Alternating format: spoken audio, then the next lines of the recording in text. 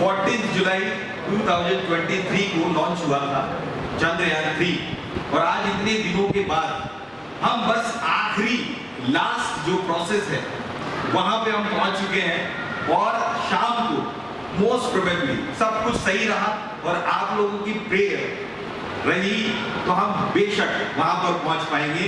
Soft landing का हमारा target है वो आज पूरा होने वाला है। अब कुछ इस प्रोसेस के बारे में थोड़ा सा समझते हैं। By the way, I am not an expert of space science, but still I can try to make you understand some important aspects of the process. तो चंद्रयान 3 14 जुलाई को लॉन्च हुआ GSLV Mark 3 जो सैटेलाइट लॉन्च व्हीकल है उसने चंद्रयान 3 को लेके गया। अब हम बोलते हैं कि यार ऊपर लेके जा रहा है, ऊपर नीचे कुछ नहीं होता है यूनिवर्स में, सब अपनी अपनी जगह पर पोजीशन चेंज होती रहती है समय के साथ। तो यहाँ से श्रीहरिकोटा जगह है, आप जानते हैं, इसरो का हेड ऑफिस, और सतीश धवन जो सेंटर है स्पेस सेंटर, वहां से ही लॉन्च हुआ।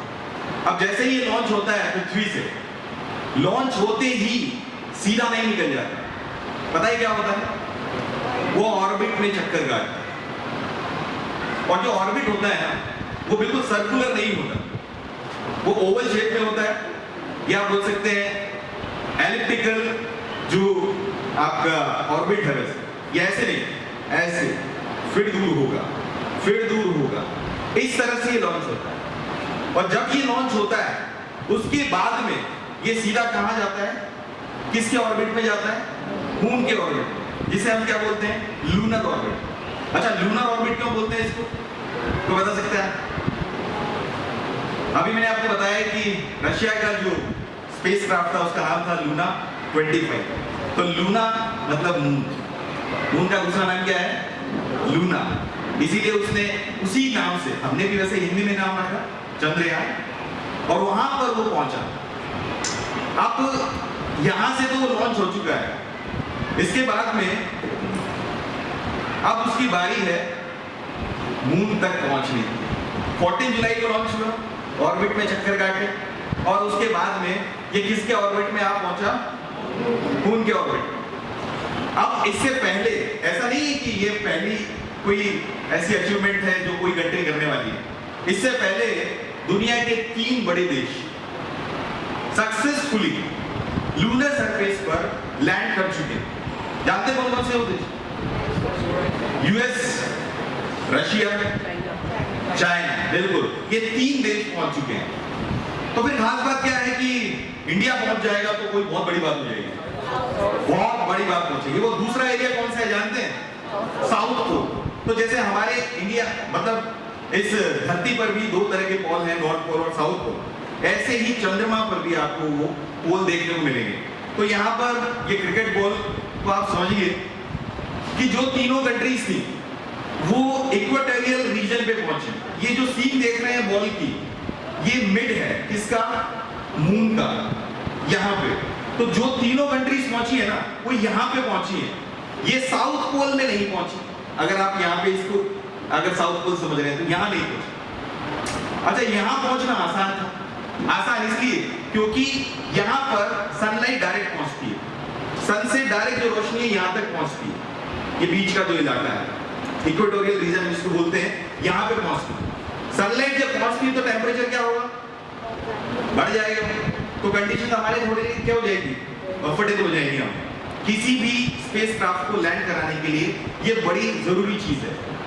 अब वहां पे ये तीनों पहुंच चुके हैं। एक और यहाँ पर जो सबसे आसानी थी उन देशों को पहुंचने के लिए वो था यहाँ की ज्योग्राफिकल कंडीशंस। यहाँ पर क्रैकर्स नहीं थे बड़े बड़े, लेकिन साउथ पोल जो चैलेंजिंग है हमारे लिए वो क्यों है? क्योंकि यहाँ पर टेम्परेचर रात के समय चांद में -200 से भी ज्यादा पहुंच जाता है। इतनी ठंडी, जो हम लोग मनाली गए होंगे आप ठंड का एहसास कर सकते हैं कि क्या ठंड होगी। और -200 टेम्परेचर से भी ज्यादा अगर आपको ठंड महसूस हो तो सोचो कैसा लगेगा। ऐसे में हमारे जो रिसोर्सेस, हमारी मशीनरी कई बार काम नहीं करती। तो यहाँ पर एक तो सनलाइट नहीं पहुंच रही, दूसरा क्रेटर्स बहुत ज्यादा है, यानी कि खड्डे बहुत सारे हैं, तो वहां पर लैंडर को पहुंचना बड़ा मुश्किल है, और वो चैलेंज इंडिया ने एक्सेप्ट किया। रशिया भी वही करने वाला था अभी। अब रशिया देखो, रशिया और इंडिया का कंपैरिजन मैं बता दूं आपको। इंडिया ने लॉन्च कब किया? 14 जुलाई, और रशिया ने बहुत बाद में लॉन्च किया। जानते हो कौन सी डेट? तो बता सकता है? 10 अगस्त। कितना लेट? 10 अगस्त को रशिया ने लॉन्च किया, और उसकी डेट ऑफ लैंडिंग पता ही क्या थी जो रशिया ने एक्सपेक्ट की थी? 21 अगस्त, परसों। ये वो चाह रहा था, यानी कि बाद में निकलना चाह रहा था, लेकिन पहले बाद में निकला और पहले पहुंचना चाह रहा था। किससे? इंडिया से, क्योंकि रशिया नहीं चाहता था कि इंडिया पहले पहुंचे, ये आप बोल सकते हो, क्योंकि वो चाहता था कि साउथ पोल पे भी अगर पहुंचे तो हम पहुंचे। 1976 में पहले भी लूना 24 लॉन्च किया जा चुका था, और वो सक्सेसफुली हुआ था रशिया का, लेकिन वो वहां पर इक्वेटोरियल रीजन पे पहुंचा था, साउथ पोल पे नहीं। लेकिन इंडिया वो पहला देश बन जाएगा, अगर सब कुछ सही रहा आज शाम को, तो पहला देश बन जाएंगे हम इस पूरी दुनिया के जो साउथ पोल पर जाकर के लैंड करेंगे। अब यहाँ पर एक और जो चीज है, कौन कौन सी चीजें वहां पर जानी है? लैंडर का नाम आप जानते हो? चंद्रयान के लैंडर का नाम विक्रम। विक्रम लगभग 1700 किलो का विक्रम है। आप समझ सकते हैं एक एसयूवी गाड़ी, उसके बराबर का उसका वजन है, और 26 किलो का हमारा प्रज्ञान है। प्रज्ञान जानते हो? प्रज्ञान ओझा नहीं, प्रज्ञान रोवर का नाम है, जो उसमें से निकलेगा। अब आप समझ सकते हैं, सपोज ये मैं माचिस, तो आप समझ सकते हैं ये क्या है? लैंडर है, ठीक है। अब ये मून के ऑर्बिट में चक्कर काट रहा है, काफी दिनों से चक्कर काट रहा है, ठीक है। 17 अगस्त को ये लैंडर अलग हो गया था, जो इसका प्रोपल्शन मॉड्यूल है जो लेके जाता है, और अभी भी वो प्रोपल्शन मॉड्यूल इसके चक्कर काट रहा है। वो मान के चले लूना सरफेस से लगभग 100 किलोमीटर अवे है। अब यहां से ये घूम रहा है, लैंडर घूम रहा है, अभी भी घूम रहा है, और ये अभी लगभग 25 से 30 किलोमीटर की दूरी पर है लूना सरफेस से। अब इसमें दो तरह की चीज काम करती है, एक वर्टिकल वेलोसिटी, एक हॉरिजॉन्टल वेलोसिटी। जो साइंस के स्टूडेंट है जानते होंगे ये चीज। जो 25 से 30 किलोमीटर में बोल रहा हूं वो वर्टिकल है, यानी कि अगर यहां पे इसको पहुंचना है, ठीक है, तो यहां से इसकी दूरी कितनी है? 25 से 30 किलोमीटर। लेकिन ये ऐसे नहीं होता कि डायरेक्ट ऐसे करके लैंड हो जाए। ऐसे होगा तो सॉफ्ट लैंडिंग नहीं होगी, हार्ड लैंडिंग हो जाएगी, और हार्ड लैंडिंग का सबसे बड़ा जो कॉन्सिक्वेंस है वो क्या है? क्रैश होने के चांसेस होंगे, जो किसके साथ हुआ? रशिया के। अब रशिया ने बहुत बड़ी गलती की थी, मोर देन 100 किलोमीटर के ऑर्बिट को उसने 18 किलोमीटर में कन्वर्ट करने की कोशिश की, एक ही ऑर्बिट में, जो कि बहुत ही एक रिस्की था, क्योंकि उसको जल्दी पहुंचना था, शॉर्टकट लेना चाहा। लेकिन इंडिया इस चंद्रयान 3 से एक और चीज बताती है, बताओ क्या? पेशेंस। कि सक्सेस आपको कहां से मिलेगी? पेशेंस से मिलेगी। और दूसरी चीज, चंद्रयान 2 जो कि 2019 में सक्सेसफुल नहीं रहा था, आपको पता है, क्रैश हो गया था, वो भी सॉफ्ट लैंडिंग की वहां पे भी एक्सपेक्टेशन थी, लेकिन नहीं, वो हार्ड लैंडिंग हुई और क्रैश हो गया। और क्रैश होने के बाद इंडिया ने हार नहीं मानी, और हमने एक चीज को फॉलो किया, नेवर गिव अप। इसलिए चंद्रयान 3 फिर से तैयार हुआ, और मात्र 615 करोड़ का ये मिशन है, जो कि अगर लूना 25 की बात करें तो it is more than 1600 crore. Officially थोड़ा इससे ज्यादा हो सकता है। ये कम से कम कॉस्ट में ज्यादा से ज्यादा सक्सेसफुल बनाने की एक कोशिश थी। अब यहाँ पर जब ये पहुंचेगा, तो मैं बोल रहा था कि आपका वर्टिकल वेलोसिटी, ये ऐसे नहीं पहुंचता है। ये कैसे पहुंचेगा? ऐसे, मतलब यहाँ पे अगर पहुंचना है, क्योंकि ये साउथ पोल है, क्रेटर्स का भी ध्यान रखना है, तो यहाँ से ये इस तरह से पहुंचता है, ऐसे पहुंचेगा ये, एकदम से ऐसे नहीं पहुंच जाएगा। पहले पूरे 18 से 19 मिनट इस पूरी प्रोसेस में लगेगी। और सबसे बड़ी बात क्या है? सेंसर बेस्ड है हमारी ये पूरी टेक्निक। जो लैंडर है वो सेंसर बेस्ड काम करेगा। जो भी उसके थ्रस्टर्स हैं, जिन्हें हम आम भाषा में बोल सकते हैं इंजन, 4 थ्रस्टर हैं, वो उनकी मदद करेंगे कि स्पीड को कैसे कंट्रोल करें। और उसके बाद में वो जो 25 से 30 किलोमीटर पे उसको 800 मीटर तक आना है, 800 मीटर। फिर लैंडर खुद तय करेगा कि उसको कौन सी जगह पे कैसे उतरना है। चंद्रयान 2 और इससे पहले जो भी अभी तक के हमारे पास जितने अचीवमेंट्स हैं वो सारी इमेजेस, सारे पिक्चर्स उस लैंडर में फीड ऑलरेडी किए जा चुके हैं। यानी कि आपको अपने आप तय करेगा कि कब उसको उतरना है और कहाँ उतरना है। तो ये सॉफ्ट लैंडिंग ऑलमोस्ट मान के चले हम बिल्कुल करीब हैं, 99% ये चीज सक्सेस हमें मिल चुकी अब तक और 1% का बाकी है। उन सब में आपकी दुआएं चाहिए आज। इसीलिए आज हम यहाँ पर जुड़े हैं, क्योंकि ये आप सोचते होंगे कि क्या हो जाएगा स्पेसक्राफ्ट का वहां पहुंचने से, क्या हो जाएगा।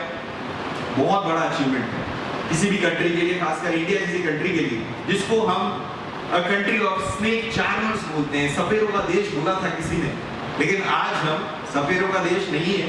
आज हम टेक्नो एडवांस कंट्री बनने जा रहे हैं, खासकर स्पेस साइंस के मामले में। तो इसरो की ये सफलता सिर्फ इसरो की नहीं है, पूरी कंट्री की ये सक्सेस होने वाली है। और मैं चाहूंगा आप लोगों से कि आज आप शाम को इसके विटनेस बनेंगे। किसी भी सस्पेंस थ्रिलर मूवी से कम नहीं होगा आज के वो 18 से 20 मिनट। और प्लान बी भी तैयार है, अगर आज नहीं होता है तो 27 अगस्त को फिर से ये ट्राई किया जाएगा और हम पहुंचेंगे। वैसे तो आज ही पहुंचेंगे 100%, मेरा मन तो यही कहता है। आपका क्या कहता है, पहुंचेगा कि नहीं पहुंचेगा? पहुंचेगा ना। तो क्या करना है आज शाम को आपको? टीवी से चिपक जाना, ठीक है।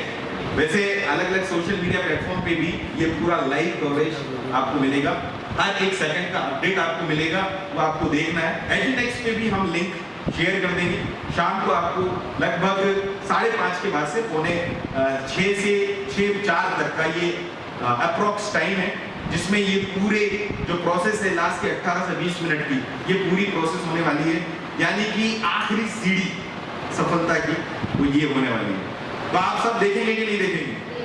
कोचिंग जाना हो तो छोड़ देना, आज कहीं घूमने जाना हो तो छोड़ देना, किसी भी जगह आपको प्लान किया है आपने तो आज उसको डिस्कार्ड कर देना, ठीक है। लेकिन ये जोश कैसे दिखाई देगा?